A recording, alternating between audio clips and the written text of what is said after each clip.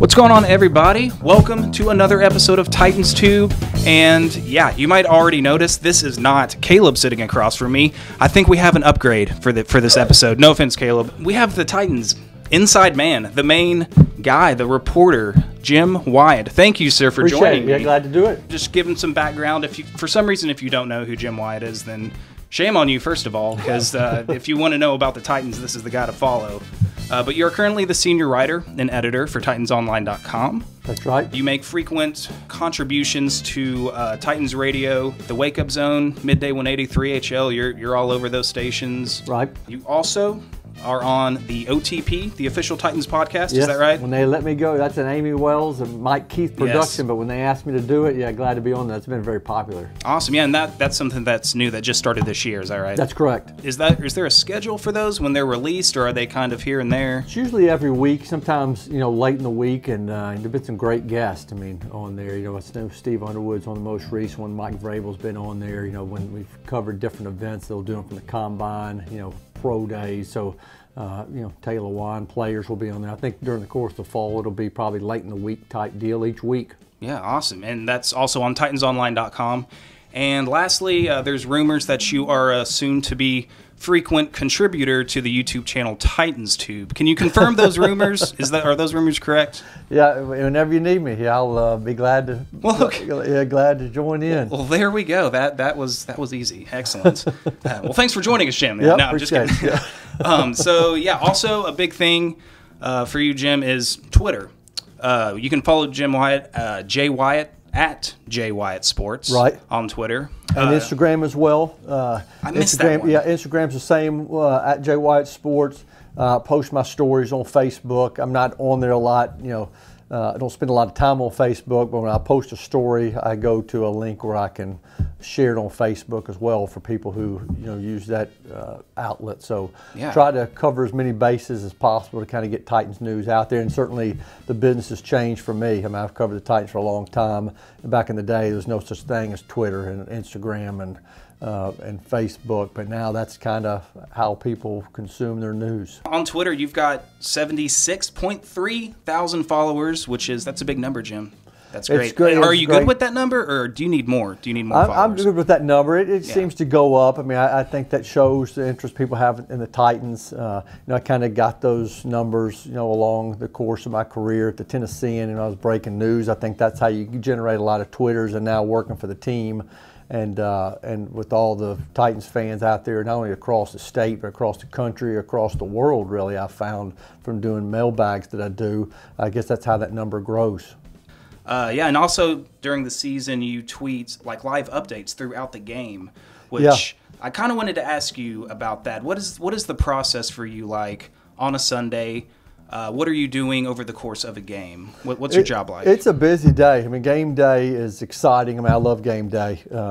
Whether it's on the road, whether it's at home, I try to get there, a couple hours before the game starts. Mm-hmm. If I'm on the road, I travel with the team now, take the buses with the team. I always take the first bus, which gets to the stadium, sometimes three and a half hours before the game starts. I try to get, on the field to take a picture of the stadium, just kind of give people a feel of what it looks like inside.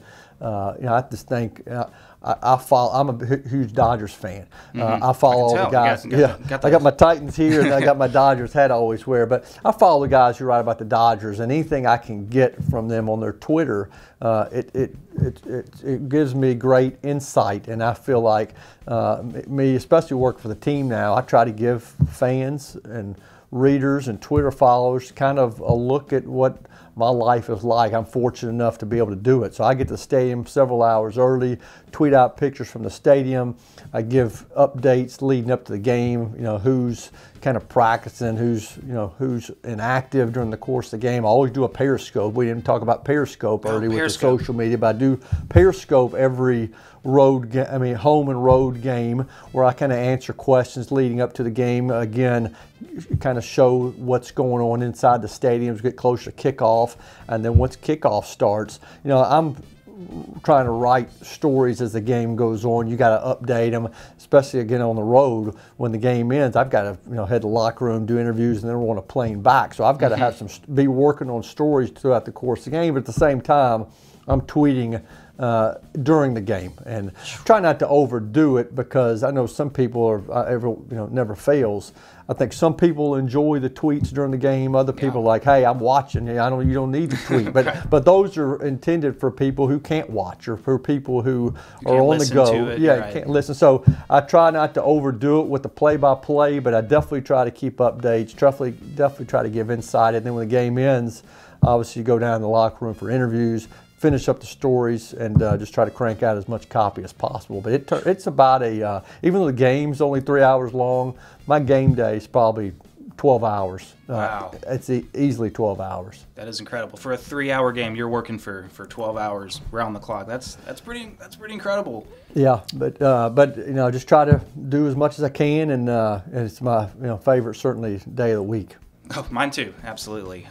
So is there like a process that you have when you think of like stories and articles to have, or just whatever happens on the field, you're like, oh, well, that's going to make a good story? Like, I don't know, like unexpected things maybe during that Packers game a couple years ago, Lawan getting ejected, like that was a story to write about, something you don't expect. So are you looking for those kind of things to write about? Yeah, breaking news, always you got to react to that. I think going into games, I always write a game story, always write a Mariota story usually, because obviously he's got such a following, and always, sometimes depending on what kind of game it is, if there are multiple stars or multiple big plays, I could write 3-4 stories coming out of games, and then in the back of my mind, I know I've got to save some stuff.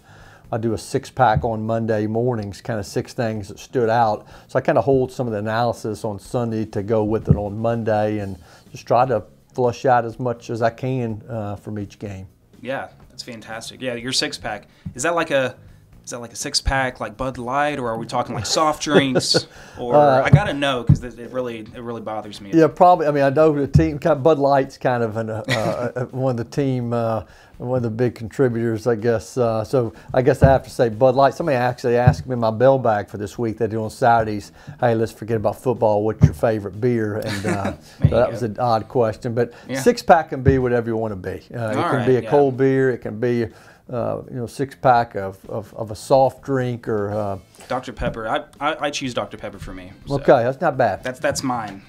So I hope that's all right. That's okay. If I apply Dr. Pepper to your articles, that's cool. Can be whatever you want to be. Okay. Yep.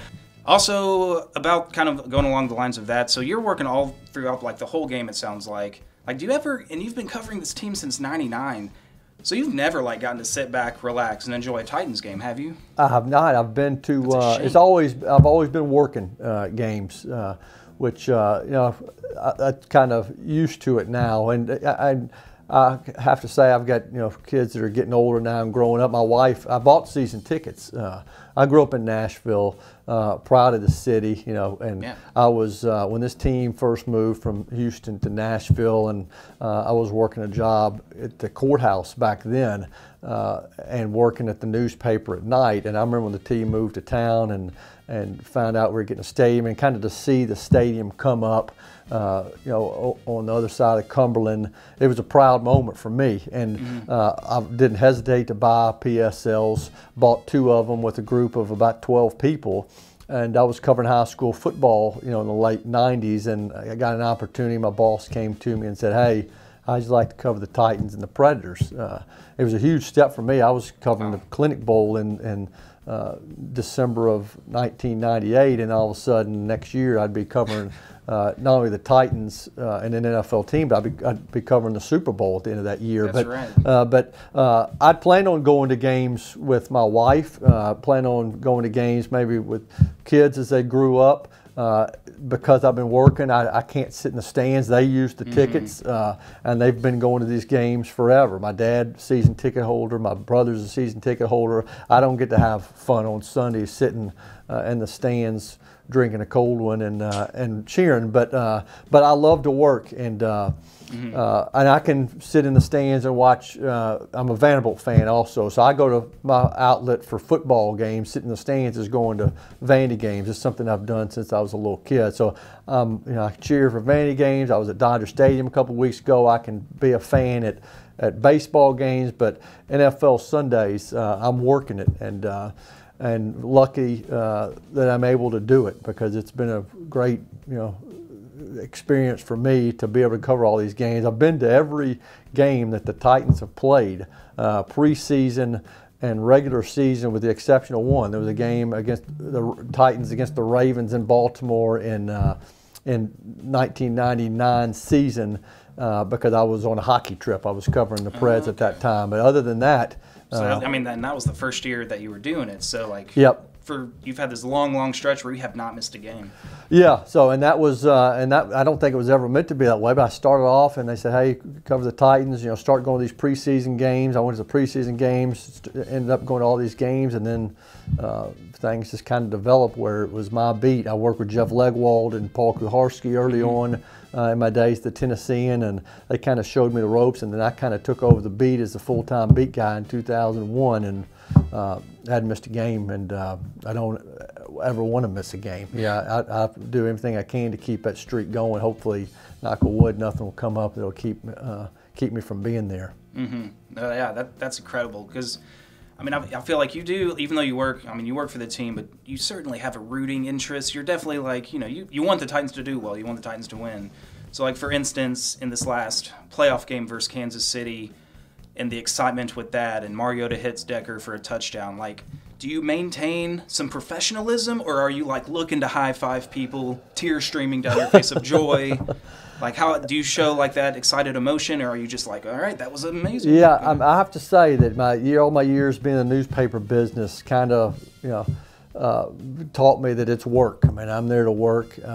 And when I was working at the Tennessean covering the Titans, I was not. I mean, even though my dad sitting in the stands, the season ticket holder, my family's there, my brother's there. I was not a Titans fan. I was there to cover the team, to be a professional. You can't be a fan of the team you're covering because you can't be. You've got to be objective about things, and you've got to. You can't. You can't cheer for a team when you're also writing about guys getting cut or trying to dig in and try to break stories on the team where you're butting heads with people inside the organization on a regular basis. When you're a beat guy, if you're not doing your job. So you've got to be objective. Now, when I started working for the team in 2015, things changed. Obviously, I'm a part of the organization. I've certainly like to see people do well that I work with and work for. I definitely feel like I'm a part of it now, and yeah, I want the Titans to win, and that game was exciting. But I've also got to keep my composure. Even though I'm wanting this team to come back and win this game, I've got to keep my fingers on the keyboard and instead of jumping around. So, but it was fun being in the locker room after the game. It was fun being on that plane ride back, and it's a great feel inside the building when the team is winning, and it's been a big change over the last couple of years, just what the mood is like. Absolutely, yeah. Well, if you are still like holding in some of that excitement and you want to get it out, let's go back. Mariota throws Henry a block. Henry runs for the first down. They're going to be able to run out the clock. Give me some. Give me some. Yeah. We're going to New England, baby. First playoff win since 2003. Yeah. Did it feel good? It was pretty exciting because I was at that 2008 playoff game. It was the last time the team had been in the playoffs. They lost the game to the Ravens, obviously. They had a questionable clock management by the officials of that game. It looked like the play clock had run out before the Ravens had gotten the playoff, and they ended up winning. I hate to bring up a bad subject, but I wasn't going to go there, but But I also remember the 2003 season, one of the best games, I think one of the most underrated games in Titans history was their playoff win over the Steelers and the Joe Nedney. I thought you were going to the Ravens. You said 2003. Or I guess you're right. That is 2003. That was 2003 was 2003 was at Baltimore. I just corrected Jim Wyatt. Made the kick. You just correct me. My mind's slipping. Take notes. But the 2002 season, which was one of the most underrated games in Titans history, when the Joe Nedney made the kick, which set up a trip to Oakland and a crushing loss in the AFC Championship game. But it'd been a long time. That shows you I was getting the games confused. It shows you how long it had been since the Titans had won a playoff game. But what was so great about that 2003 playoff game, not only the Gary Anderson kick, but Eddie George kind of after having to hear so much chatter about Ray Lewis, during the course of his career, for him to have the separated shoulder, to come back in the game, stories with Eddie in that game, run through him. It was the collision with Ray Lewis, and that was outstanding. Yeah, which actually, by the way, that full game is on YouTube, so you can go on YouTube and watch that full game. So you should do that. That was McNair's MVP season. That's exactly right. He threw a couple picks early on, I remember, in that game, but he bounced back. He made some clutch plays, as he always does. Deep pass to McCarron's in that game. I remember got a good memory. Yeah, got a good memory. I'm a nerd. I'm a complete nerd. I guess besides the obvious things, how has your approach to covering the Titans changed from when it was print media, newspaper, to now, obviously, the emergence of the internet and social media? Yeah, it's a completely different job. I mean, a big part of it is, over the years we've seen social media come into play. I mean, when I first started covering the Titans, you would gather your information throughout the course of the day. You'd write a story for the next day's paper. You would write, notebook for the next day's paper. You'd gather stuff, and you'd have to beat a deadline, and then it would appear in print the next day.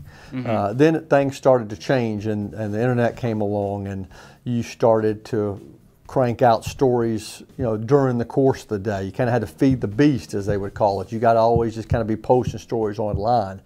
Then Twitter came around, I guess, in 2008, 2009. 2009 is when I got my Twitter account, and that's when it became a 24/7 job. I mean, and that's when people would break news on Twitter. Because you got to be on it, because something could break at 8 p.m. at night, and you'd have to tweet it out or something. And if you're back in the newspaper days, you'd have to wait till the next day. Right. So now you've got to be on it, and you can't rest. And my job now is nothing like it was when I was at the newspaper, at the Tennessean, I'm very passionate about this. I mean, when you're a newspaper beat guy, you're supposed to break stories. You're supposed to own the beat. You're supposed to be the guy that tells people who's getting hired, who's getting fired, who's got a torn ACL, who's got an MCL, who's coming in on a free agent visit, what's happening behind the scenes in the organization. You can't be satisfied with retweeting national reporters on that. You've got to do that, and you've got to.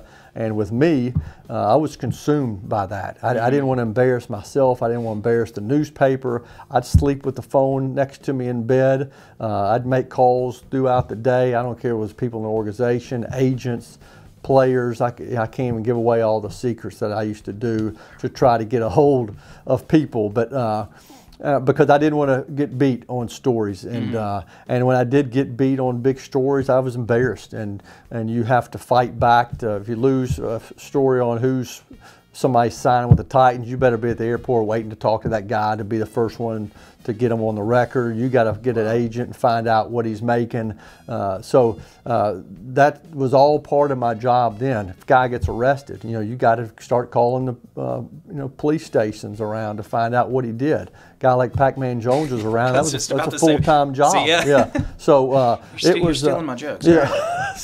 So that's the life of a beat guy if you're doing it right. Again, not everybody follows that code. I was with the Tennessean. I worked with people who, David Clymer was like that. A guy named Mike Jones, who was a behind-the-scenes guy. He used to be on top of things, and he didn't like to see you get beat. So you had to be aggressive if you wanted to do the job right. And I don't know that that's like that where I work anymore.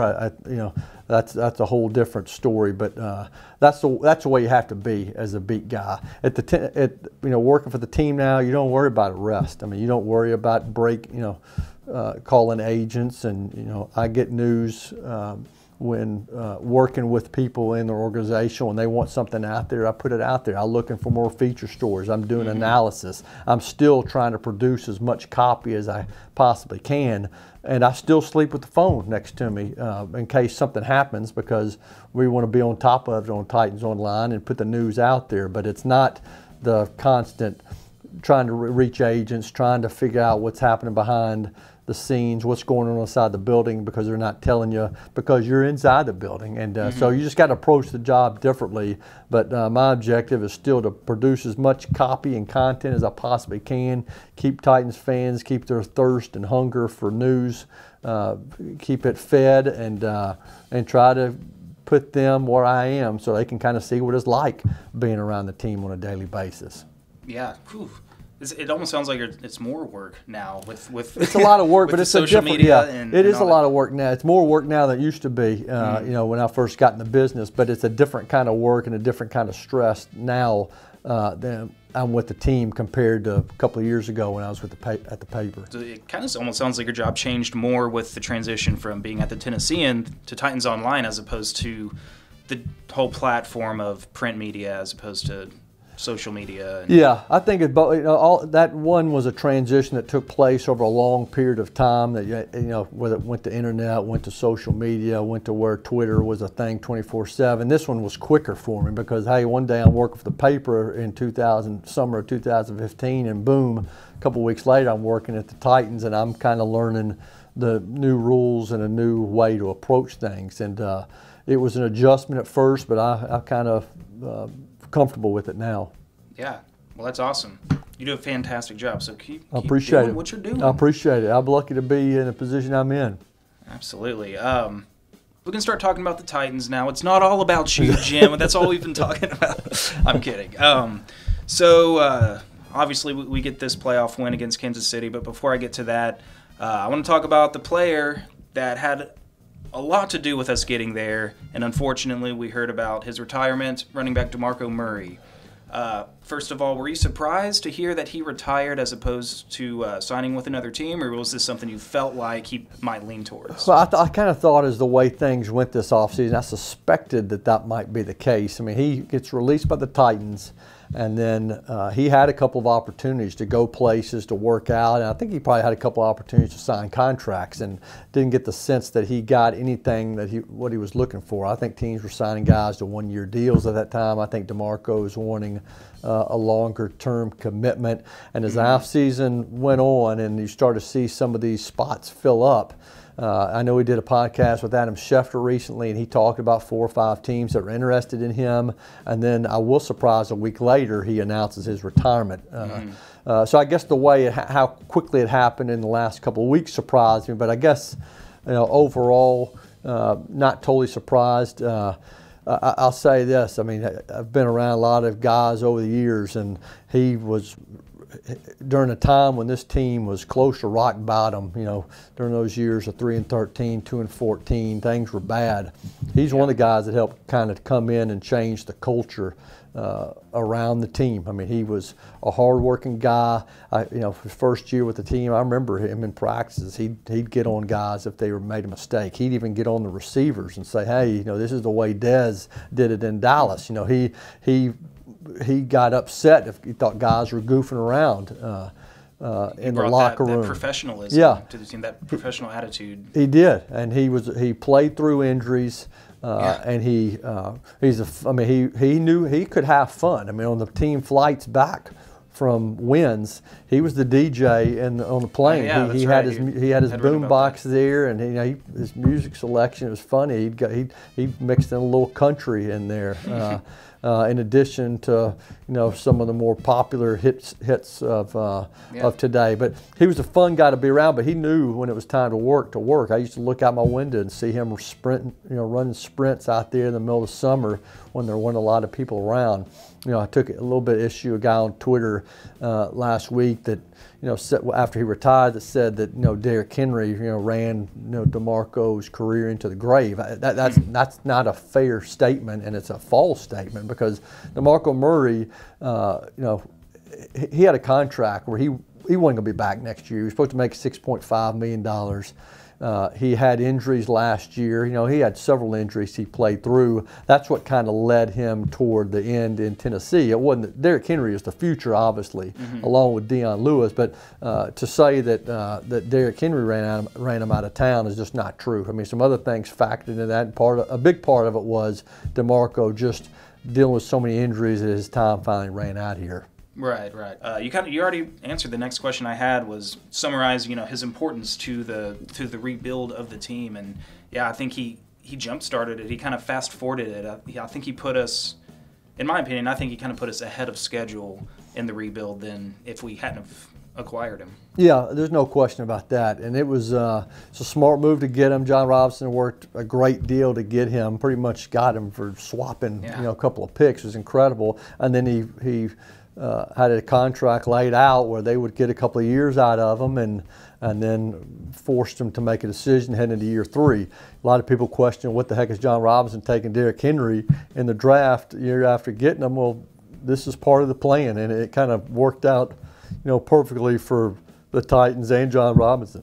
Yeah.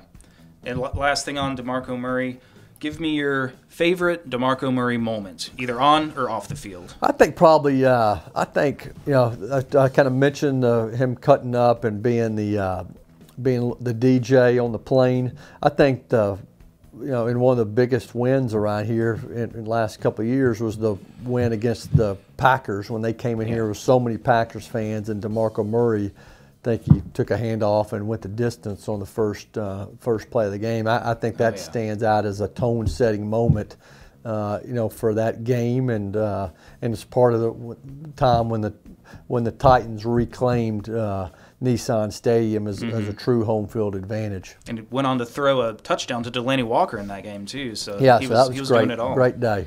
Going back to reaching the playoffs, had this question: where would you rank that moment of beating the Chiefs on the road in terms of all-time great Titans moments? Because we kind of mentioned it. There's this whole new generation of Titans fans now that weren't even really alive last time we won a playoff game.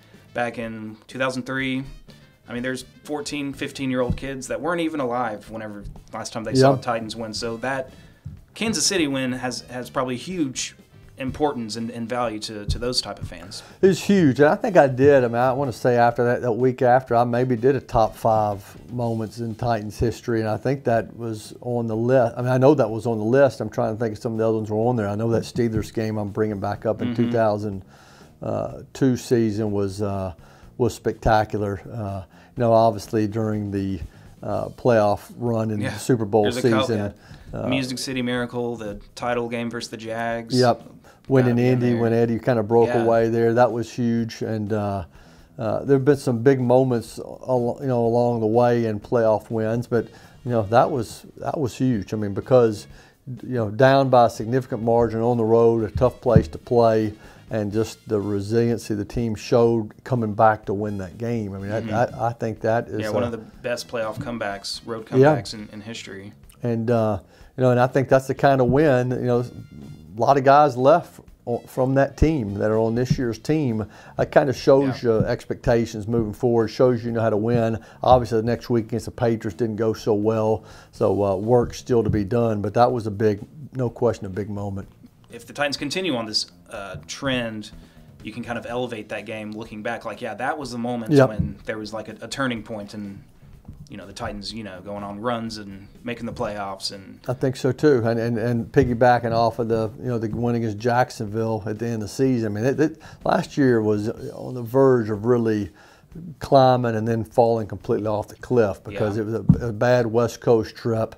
And if the team would have missed the playoffs, it would have been pretty, The coaching change probably happens either way, but that would have been, a tough place for the team to be at the end of the 2017 season. But you find a way to win that game against Jacksonville on a cold night where Mariota has the stiff arm. Yeah. And then that's kind of looked on maybe even more iconically than the Chiefs win is that game, because that was kind of a playoff game for us anyway. We had to win and get in. And Jacksonville's planning to win it too. There's no question about that. So to win that game, then to win in Kansas City, hopefully that's kind of a stepping stone moving forward. We're agreed, I think, that Marcus Mariota is the franchise quarterback of now and the future for as long as we can possibly have him. Would you agree? I agree with that. Good, because I would have had to have ended this interview already if not. So why are there still so many people I'm seeing, I think nationally, that still doubt Marcus Mariota, aren't bought in on him? I don't know. What do you think? And are you seeing this, or is it just me? Yeah, I see it. Yeah, I see it, and I hear it, and I know. Top 5 young quarterbacks under 25. He's not even on those lists anymore. Yeah, I think part of it is because of the numbers last year. I They mean, look at the stats. Yeah, They make and it wasn't a great year for him. I mean, he 13 touchdowns, 15 interceptions. His passer rating wasn't what it had been, and so I think a lot of people saw that as a step back for him. The way I look at it is he was in an offense that really didn't take advantage of his strengths, put him in a tough spot a lot of times. But even more importantly, he was coming off of an off season where he couldn't really get ready, for the year. I think that was an underrated topic during the course of this year. He was recovering from an injury the start of the year. He wasn't able to do what he was normally able to do during the off-season work. He wasn't able to get on the same page with the receivers. And now that he's able to do that this year, I'm expecting to see big improvement. Now, it's not a matter of just snapping your fingers and expecting everything to look like it looked like for the Rams last year. I mean, he's still going through some adjustments, with working with Matt LaFleur and working with a lot of new faces around him, an offensive line that's going to be asked to do a lot of different things. So it's still a work in progress, but I think in the long run this is going to be huge for him, and I think he's going to turn out to be a great quarterback. Yeah, definitely. And he strikes me as a quarterback that he can adapt to systems. I mean, he's had a lot of coaching changes early on in his career, but I mean, he's everything you want in a quarterback as far as a hard worker goes. His head's in the right place, and I think he's got the skill and talent to be a quarterback in anything you throw at him. Yep. He's a hard-working guy, a guy everyone respects. I mean, he's the first guy in the building, last to leave.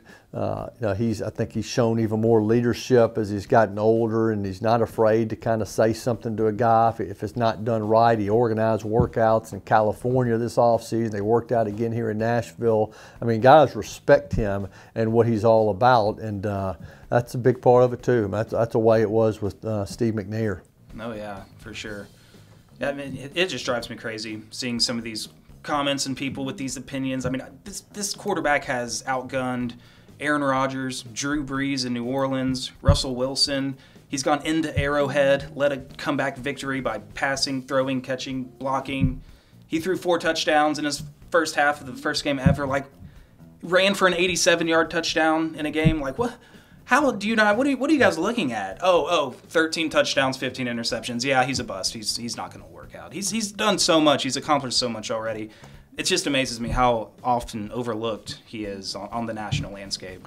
He is, Get that off my chest. Well, this is a big year for him. I mean, obviously, he's got a contract situation come up, but this is the time where he really needs to kind of take it to another level, and I think he will. I think he will too, and I hope so. He definitely deserves to have the most success ever, 6-7 Super Bowls, I would say.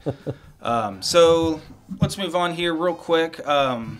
Training camp beginning in July, July 26th. That's right. That's right. Our players report on the 25th, first practice, 26th at 9:50 a.m. I'll be trying to attend a lot of those open practices too. I'll be looking for you. I'll be out there. I hope so. That's part of your job. Yeah. Great. So you've been coming out with this little mini-series on Titans Online about the positional breakdowns, amongst the many other things you do for that website. And something that struck me was, I think it was yesterday, you wrote about the tight ends. Right. And you said Luke Stalker is, in your opinion, he's kind of got a grasp right now on that number 3 tight end spot behind Walker and Jonnu Smith. Right. And Philip Supernall has kind of missed some offseason work, so he may be on the outside looking in. And I think that's interesting because last year, Titans released Jalston Fowler to then sign Luke Stalker, who wasn't even playing football at the time. And I thought he was just kind of a stopgap kind of player, especially with this new coaching staff coming in. But I guess from what you've seen, Stalker is on his way to becoming slotted as a 3rd tight end and making the team? Yeah, I mean, he's got to keep it going, obviously, but, he's capable of doing a number of things. I mean, he's capable of lining up, catching the pass. He's a good blocker. He can line up in the backfield if you need him, since the fullback is really not used in the offense like it was previously. And he's been able to work. I mean, he came in late in the year last year and had to adjust quickly. Now he's had a full offseason under his belt. He's been able to work with the offense. And for Supernall, who's been around here and has played some meaningful snaps and some big games over the years. He has not been able to practice. So I think he's in a position where he's catching up as training camp begins. Can he close the gap? I think that kind of remains to be seen. And I think there's a real scenario where where the team keeps at least 4 running backs, and if you go heavier at other positions, like potentially 3 quarterbacks too, if Luke Falk's on the team, then you've got to go lighter some places. This team's kept 5 tight ends before. That's not happening this year, and I think there's a chance that the team could keep as few as 3 tight ends. So if that happens, then the battle's on for the 3rd spot, and I think right now I think Stocker is clearly ahead, and it's his job to lose at this point. Wow. Okay. Interesting. So kind of going along with that, I think as far as competition goes, I think for the most part we know who the starters are going to be. In regards to who started for us last year and then who we got in free agency, the Malcolm Butlers, and then who we drafted. You expect Rashaan Evans, Harold Landry to get a lot of snaps. Evans probably the starter there. Who are some other besides the tight ends? Who are some players who are battling for a backup role, a guy on the depth chart that you think have a real shot of making the roster? Well, I think offensive line is still kind of up in the air. I mean, for a number of reasons. One, you've got questions about Taylor Lewan and whether he's going to be there the first day of camp because of the contract situation. You've got questions about Jack Conklin because of him coming back from a knee injury. I talked to him over the weekend. He certainly has made progress. He's lost 10 pounds. He's stronger, but Mike Vrabel has hinted very strongly that he could begin training camp on the physically unable to perform list, which means some other guys are going to have to move around. I think Josh Klein obviously locked in as a starter at right guard after signing an extension. I think Ben Jones at center, but I think certainly left guard spot. You bring in Kevin Pamfield, bring in Xavier Su'a-Filo. Cody Wishman is a guy who is showing some promise. I mean, I think there's still some competition there to determine starters. Now, and what happens on the outside kind of muddies the waters a little bit. We know, is Lewan there? When's Conklin going to be ready? If Conklin was there and Lewan was there, then I think you'd see more of a battle at left guard with Pamfield and Spain, with Su'a-Filo and some other guys competing as well. But because of the other positions being uncertain, you're going to have to start moving guys around. Pamfield's probably going to have to work some at tackle, along with Dennis Kelly. So there's some stuff to be sorted out on the line. Rashaan Evans is going to have to beat out Will Compton. I mean, Will Compton, I think, has proven to be a pretty sturdy guy at inside backer, and Evans is going to play, but whether or not he's a starter week 1, I think that's kind of up for debate a little bit, and I think camp will help determine that. This team's as strong as it's been at cornerback in a long time with Butler and Logan Ryan and Dory Jackson. I think Ty Smith and LaShawn Sims are both really good players. I think seen a lot of good things out of LaShawn Sims. Seen really good things out of Sims. Some good things written about him so far, at least in minicamp. Jalen Brown's been one of the standouts of the offseason.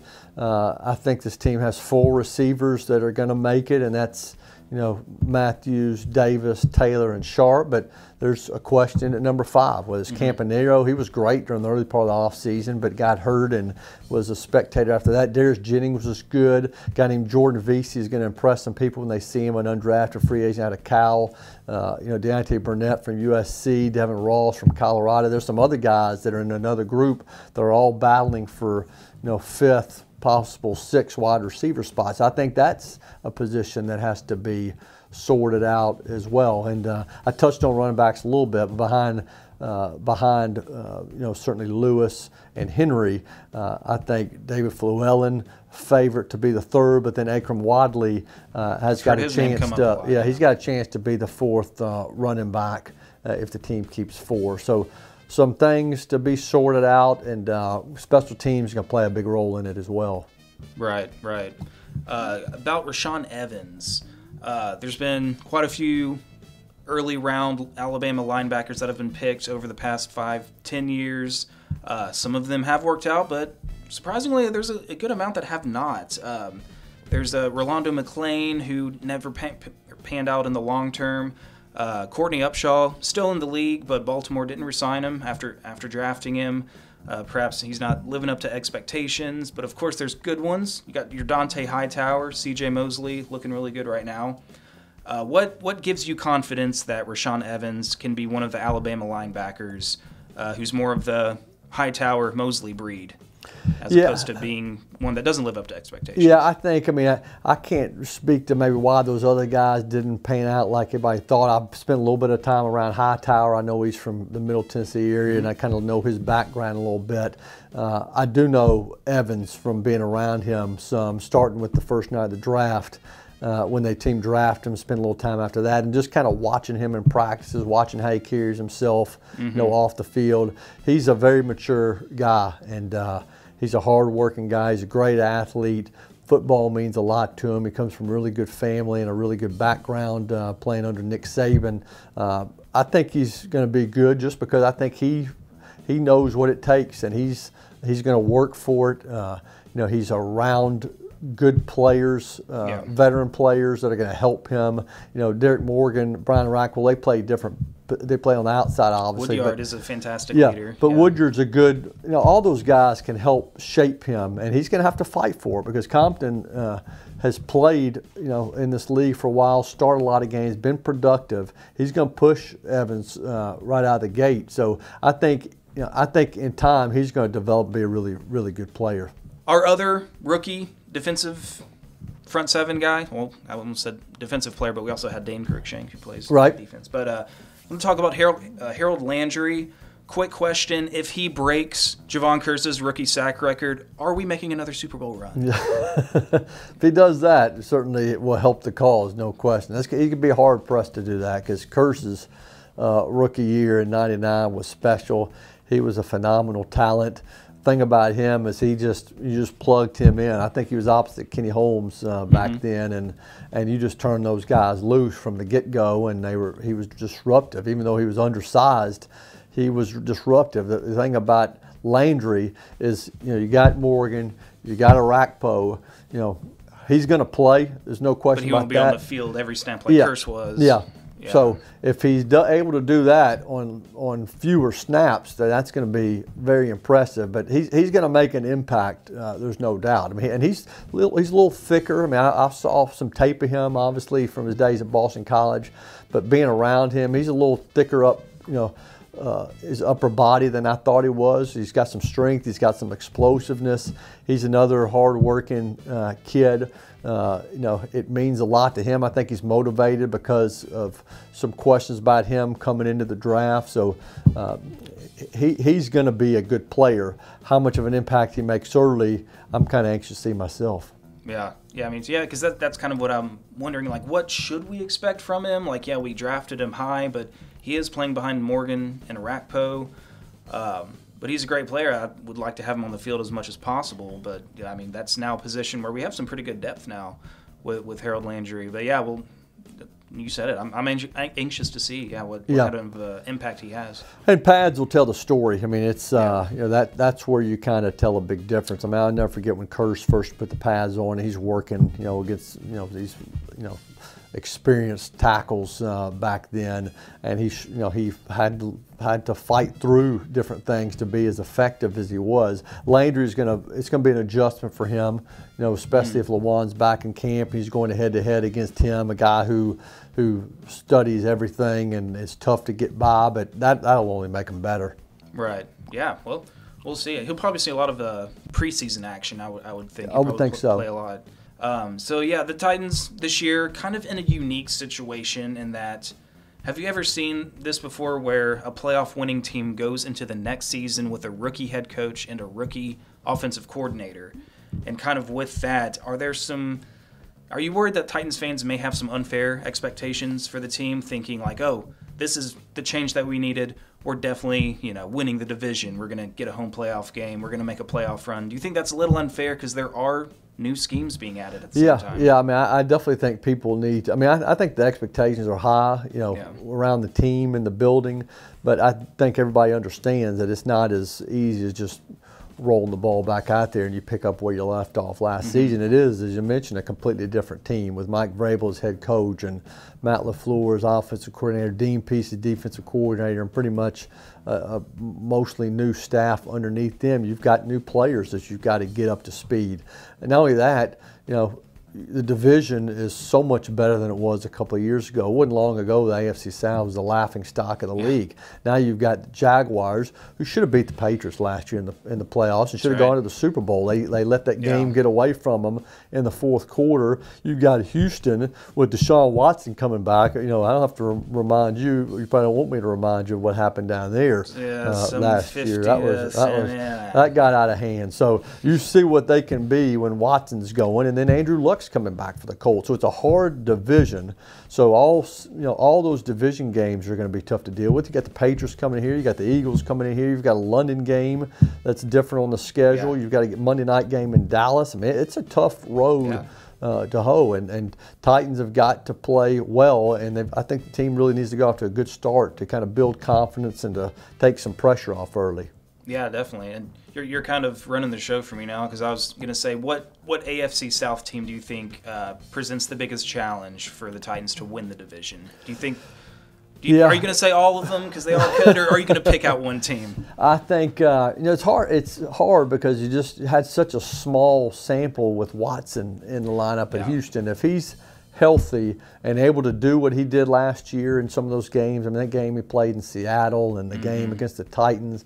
If he's able to do some of that, I mean, I think Houston is going to be really, really good. But with that said, I mean, Jacksonville, returns that defense. I think they're going to be better offensively. They believe in Bortles, give him a long-term contract. So, they're the division champs from a year ago. Got to knock them off, but I think you worry about those two the most. Watson and Houston, really scary from what I saw last year. Yeah, and Houston gave us a tough game when we played them at home. Yeah. I guess, was Tom Savage the quarterback? Got saved by LaShawn Sims picking the end zone. Yep. I would think my answer, would be Houston because of Deshaun Watson and what he did to us. Jacksonville, for some reason, they're great, but I was hoping we'd play them in the playoffs rather than Kansas City, because I think we just had their number. We matched up well against them. At least Malarkey's Titans matched up well against them and how he game planned for them. So we'll see how Vrabel does against that defense. But yeah, I know Blake Bortles had a great run in the playoffs, but I don't think he's very good. Yeah, he's funny. He had some moments where he was good, but a lot of other times he struggled. And against the Titans, he struggled. The games against Jacksonville are going to be, bloodbaths this year. I mean, they were this year. A lot of bad blood, I think, between those two. I don't know if you saw what Marcel Darius said after the game last year. If you haven't seen it, you ought to Google Marcel Darius and Titans and see what he said after he left, Nissan Stadium after that game. But it was, I'm pretty certain that a lot of those Titans players saw it, or they'll be reminded of it. Pretty disrespectful, and so that's going to set up some real fist fights against them. Well, he's dealing with some inappropriate allegations right now, so he's got his own problems. We'll see how that works out, Marcel Darius. And as far as the Colts go, Andrew Luck is a fantastic player. I think him playing in this league is good for the NFL, but I'm just worried that even if he does get his throwing motion back, his arm, even if he comes back 95%, he's still going to get hit. And I feel like he's one bad hit away, one Jarrell Casey smackdown into the turf, driving his shoulder in, from ending his career.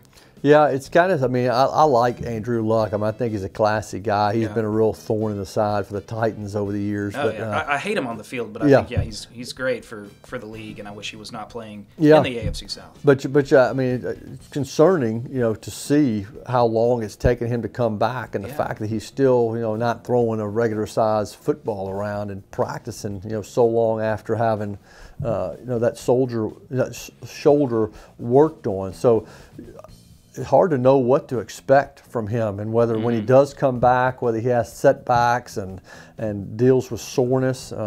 It's a big question mark up there, but I do think they have a good general manager who will surround him with better players in years to come, and that's a little bit dangerous. Yeah, that they went after the O-line in the draft, I'm pretty sure. So, yeah, they're finally trying to protect Luck because he got banged up big time early in his career.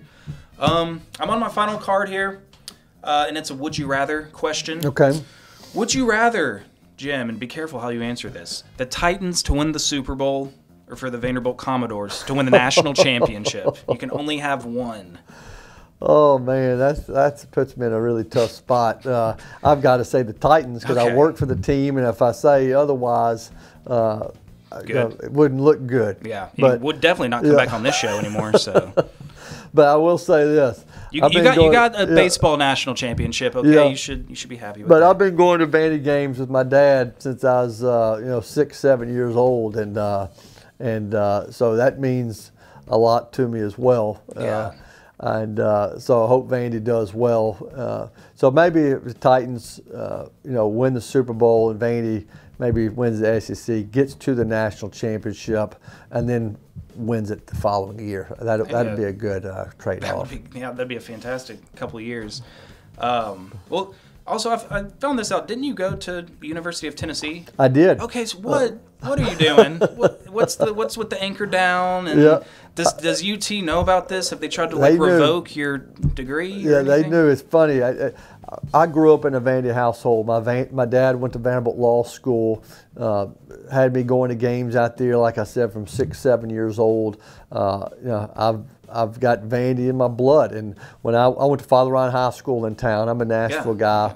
And when I went to college at the University of Tennessee, everybody, the people I lived with, the people I hung around with, they knew I, had Vandy in my blood. I was coming home. Tennessee would be playing Auburn, and that's back when Tennessee and Auburn were both really good.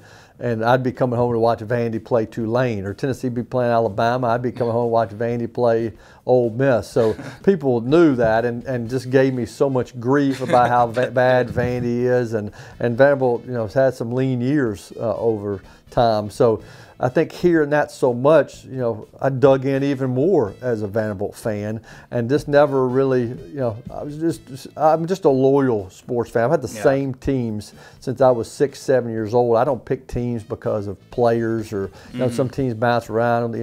LeBron goes to the Lakers, and all of a sudden you go from a Cavs fan to a Lakers fan. I've had the same teams since I was a little kid, and I'm never going to change. Vanderbilt's always been my team, and just spending so many years out there, even though I went to school at UT, and I was proud I went to school there. I had a great time, had made some great friends, had some great memories. I have a son that goes to school there now. Yeah. I'm still, Vandy's in my blood, and it will always be in my blood, and I'll always cheer for Vandy no matter who they're playing, even if it's against my alma mater. So that's how that happened, and it'll be like that until I go into my grave. It takes a true fan, a true loyal fan, to betray their alma mater. So I guess I respect that. That's good. But they knew going in. I don't consider it a betrayal because I didn't have to go in with giving anybody any false hope that I was going to change allegiances. Yeah, I went up there and I would wear my Vandy hat on campus and had my Eric Jones Heisman. It was a funny joke back when he played. I don't know if you remember Eric Jones, probably before you were born. He played for Vanderbilt in 1989, but they had a okay, so they had a Heisman Trophy campaign for Eric Jones back then, and I think I had that poster in my room when I was in school up there. So people knew what they had in me, and I just was never going to change. Wow. Then growing up, what professional team did you follow? My teams were Vanderbilt. What did it say football? What professional football team did My you football follow? team was the Buffalo Bills. Okay. Because O.J. Simpson. I'm dating myself now, but I remember watching O.J. Play and go over 2,000 yards in 1973. I was just a little boy, very young at the time. I didn't jump on the Bills, during their run of 4 straight Super Bowl Super Bowl runs with Jim Kelly and Andre Reed and Thurman Thomas. I was long before that. I was with O.J. and Joe Ferguson and certainly all the Joe DeLamalure, all those great Bills players from the 70s. I say great Bills players. O.J. was great. The Bills were terrible during that long stretch. And But so I was a Bills fan. I was a Celtics fan, dating back to even before Larry Bird, back when John Havlicek played, and JoJo White and Dave Cowens. So Bills, Celtics, Vandy, and there was no hockey around there. The Preds weren't around town then, so those were all of my teams. And I didn't mention the Dodgers in there, but the Dodgers have been my team since the days of Garvey, Say, Lopes, and Russell, that infield. But still got the same teams coast to coast all over the your place. Teams, yeah. And so people who know me, know that if my teams do well, if the Dodgers ever win the World Series, I know I'm going to see a lot of Dodger hats popping up, and people say, well, you're a bandwagon fan. But people know me, I've had the same team since I was a kid. Talk about the Bills, I used to have these jackets when I grew up that were kind of plastic sleeves, and you had the wool with the plastic, and everybody had Cowboys, and everybody had Steelers, and everybody had Redskins. I was the only kid in school that had a Buffalo Bills jacket going to school in the second grade over Christ the King, or when I moved over to when I moved to St. Henry. So I've had those same teams since I was a kid. Wow. So you didn't change allegiances when you went to UT. You still stayed a Vanderbilt fan. But did you change allegiances to the Titans from the Bills? Am I sensing some hypocritical things? I've got a soft spot in my heart for the Bills, but things change when your hometown team, when your hometown gets a team, and you work for the hometown.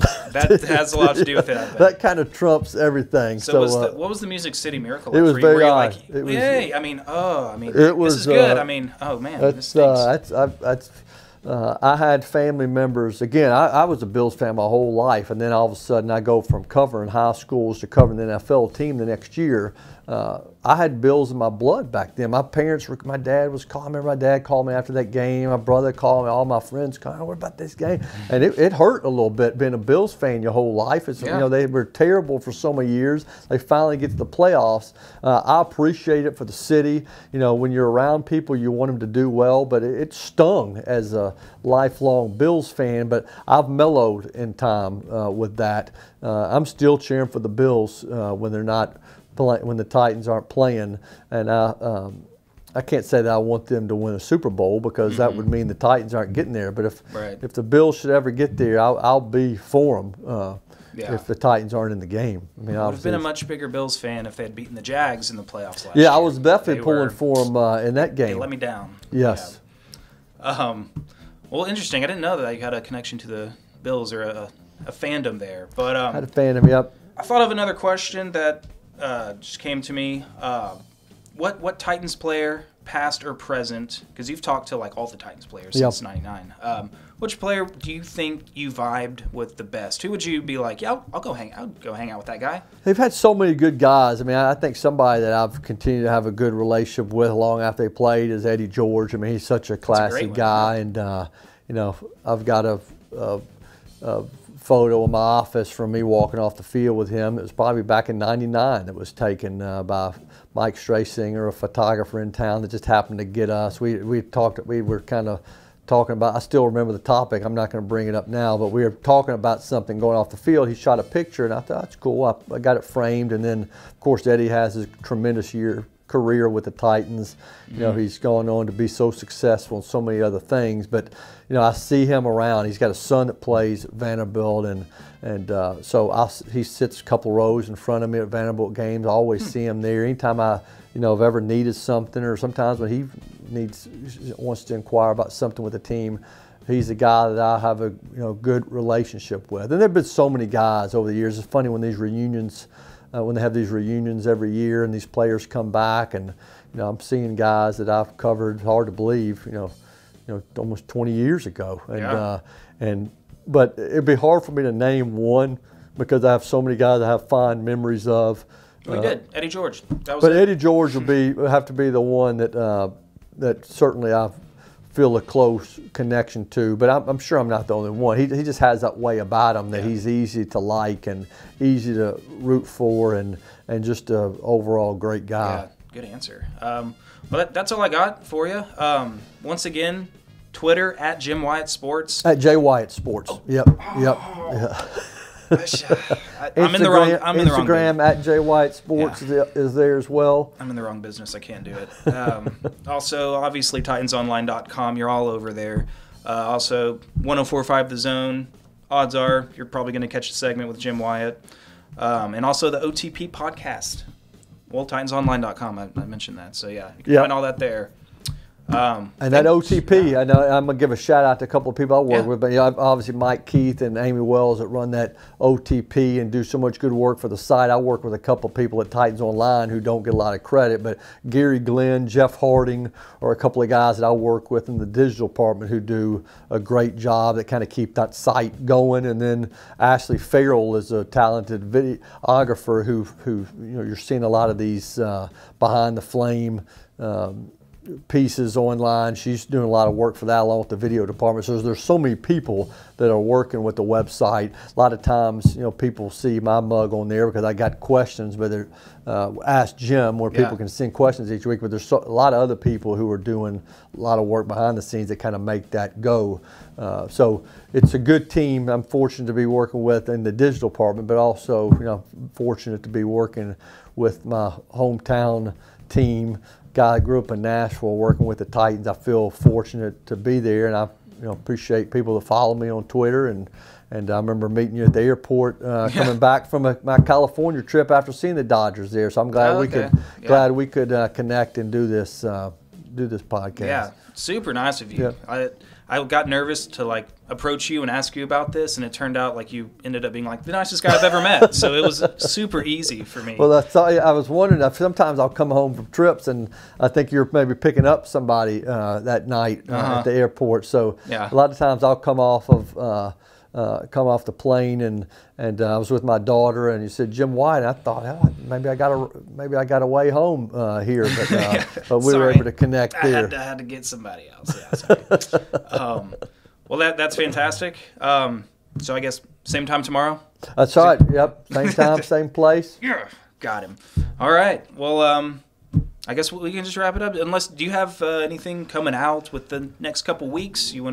Anything we should be looking forward to? When's this hitting? I was going to plug some of these position previews that continue to roll, but I've kind of done a lot of offense. We're moving into defense here. We'll wrap up the defense early next week. Mike Vrabel's got a press conference Wednesday, the 25th, the day players report, and then first day of training camp, we mentioned July 26th, and then it's kind of on. I mean, it kind of gets into more of a routine once camp starts. I'll be having practice reports, observations each day out of there. So it's going to be, season will be here before we know it. Yeah, it's right around the corner. I'm pumped. I can't wait. Yep, I'm ready to go. Awesome. Well, I guess that'll do it here for Jim Wyatt. I'm Justin here at Titans Tube. Let's do this again sometime. Okay, sounds good. Awesome. Well, look for his stuff. He's the inside man. You're like Kevin Byard. You've got everything covered. You're all over the field, but you're not. Not in the same grade as him, or not the same status. We'll work on that. Probably. We'll talk to J. Rob, or I guess he doesn't handle how much you get paid. I don't know how far his GM responsibilities extend to, but anyway. See you guys later.